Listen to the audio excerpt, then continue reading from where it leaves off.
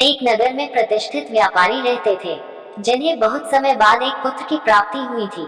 उसका नाम चंद्रकांत रखा गया। चंद्रकांत घर में सभी का दुलारा था।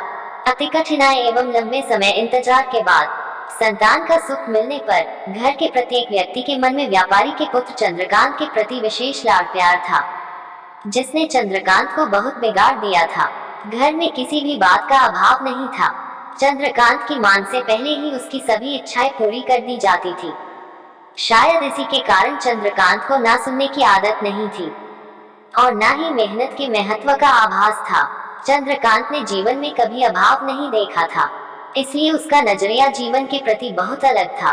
और वही व्यापारी ने कड़ी मेहनत से अपना व्यापार बनाया था। ढलती उम्र के साथ व्यापारी को अपने कारोबार के प्रति चिंता होने लगी थी। व्यापारी को चंद्रकांत के व्यवहार से प्रत्यक्ष था कि उसके पुत्र को मेहनत के फल का महत्व नहीं पता। उसे आभास हो चुका था कि उसके लाड प्यार ने चंद्रकांत को जीवन की वास्तविकता और जीवन में मेहनत के महत्व से बहुत दूर कर दिया है। गहन चिंतन के बाद व्यापारी ने निश्चय किया कि वो चंद्रकांत को मेहनत के फल का महत्व स्वयं सिखाएगा, चाहे उसके लिए उसे कठोर ही क्यों न बनना पड़े। व्यापारी ने चंद्रकांत को अपने पास बुलाया और बहुत ही तीखे स्वर में उससे बात की। उसने कहा कि तुम्हारा मेरे परिवार में कोई अस्तित्व नहीं है, तुमने मेरे कारोबार में कोई योगदान नहीं दिया और इसलिए मैं चाहता हूँ कि तुम अपनी मेहनत से धन कमाओ, तभी तुम्हें तुम्हारे धन के मुताबिक 2 वक्त का खाना दिया जाएगा। ये सुनकर चंद्रकांत को ज्यादा कोई फर्क नहीं पड़ा। उसने उसे क्षण भर का गुस्सा समझ लिया, लेकिन व्यापारी ने भी ठान रखी थी। उसने घर के सभी सदस्यों को आदेश दिया कि कोई चंद्रकांत की मदद नहीं करेगा और न ही उसे बिना धन के भोजन दिया जाएगा। चंद्रकांत से सभी बहुत प्यार करते थे, जिसका उसने बहुत फायदा उठाया। वो रोज किसी न किसी के पास जाकर धन मांग लाता और अपने पिता को दे देता और व्यापारी उसे उन पैसों को कुएं में फेंकने का बोलता, जिसे चंद्रकांत बिना किसी अड़चन के फेंक आता और उसे रोज भोजन मिल जाता। ऐसा कई दिनों तक चलता रहा, लेकिन अब घर के लोगों को रोज रोज धन देना भारी पड़ने लगा।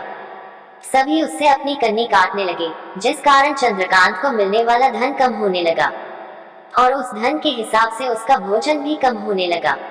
एक दिन चंद्रकांत को किसी ने धन नहीं दिया और उसे अपनी भूख को शांत करने के लिए गांव में जाकर कार्य करना पड़ा।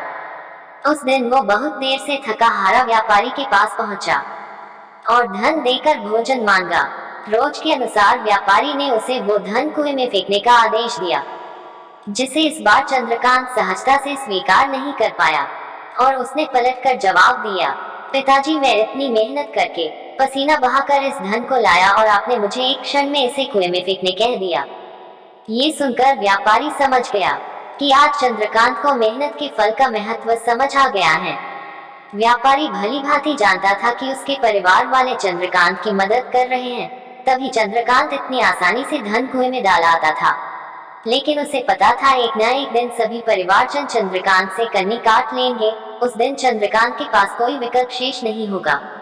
व्यापारी ने चंद्रकांत को गले लगा लिया और अपना सारा कारोबार उसे सौंप दिया। शिक्षा। आज के समय में उच्च वर्ग के परिवारों की संतानों को मेहनत के फल का महत्व पता नहीं होता और ऐसे में ये दायित्व उनके माता पिता का होता है कि वो अपने बच्चों को जीवन की वास्तविकता से अवगत कराए।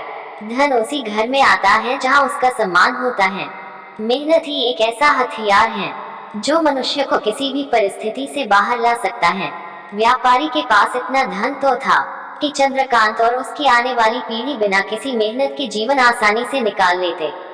लेकिन अगर आज व्यापारी अपने पुत्र को मेहनत का महत्व नहीं बताता, तो एक न एक दिन व्यापारी की आने वाली पीढ़ी व्यापारी को कोसती।